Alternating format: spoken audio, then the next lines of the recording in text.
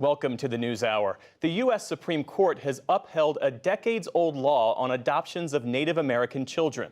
The 1978 law gives preference to Native American families. Most tribal groups supported it, but some Republican-led states and white families argued it's illegally based on race.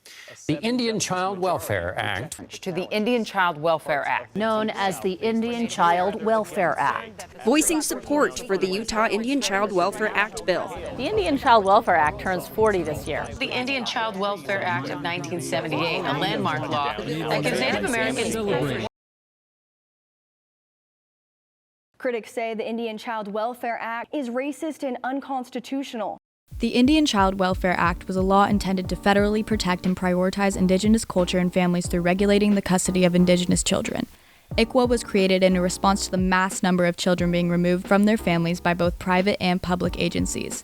Congress stated that in 1978 that the wholesale separation of Indian children from their families is perhaps the most tragic and destructive aspect of American Indian life today. On November 9, 2022, ICWA was challenged in the case Haaland vs. Brackeen, in which a white couple wanted to adopt a Native American child but were unable to, due to the Indian Child Welfare Act. They argued that the law was racially biased, and therefore they should be able to adopt without regard to the race of the child. While the law is grounded on race, it is there to protect Native culture, meaning it has to be race-specific. While it was not overturned, the case's appearance in the highest court in America brought attention to why it was passed in the first place. We're not saying that culture is not important. We do believe culture is important, but it's not the most important thing.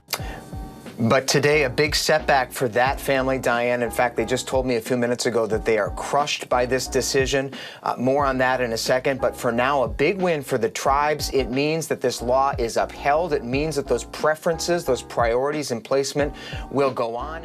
Before ICWA was passed, it was estimated that 25 to 35% of Native children were taken from their homes, and 90% of them were put into non-indigenous homes. Those against the Indian Child Welfare Act believe that prioritizing indigenous families that live on reservations would keep children impoverished.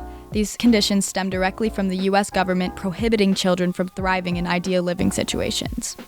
The Indian Adoption Project, created by the Bureau of Indian Affairs, or the BIA, and the Child Welfare League of America, had the goal of assimilating Indigenous children into white American culture, which was considered superior. This isn't the first time the government has done this. Native American boarding schools began in the 19th century. 408 of those schools, running from 1819 to 1969, were government-run and funded. Native Americans in these schools were forced to cut their hair, stop speaking their native languages, endure abusive treatment, and convert to Christianity. 83% of American school-aged children were put in residential schools by 1926, more than tripling since 1900. Richard H. Pratt, the founder of the Carlisle Indian Industrial School, simply stated, "Kill the Indian in him and save the man."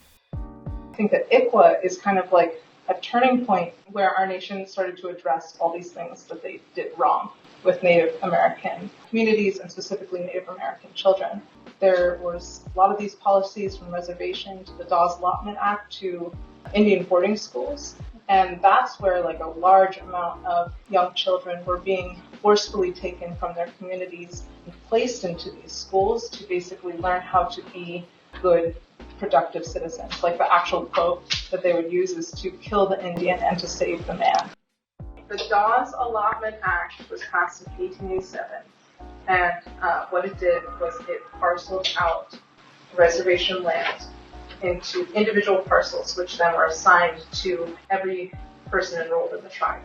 What they did with the surplus of this land was that then they sold it to white people. So it was a way basically for them to reduce the size of the land holdings of indigenous peoples on reservations.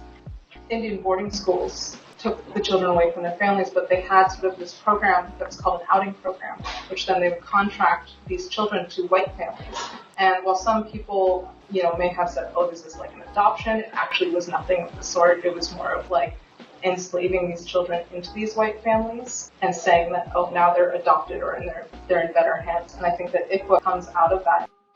I think that there's a lot of answers to why people are challenging ICWA.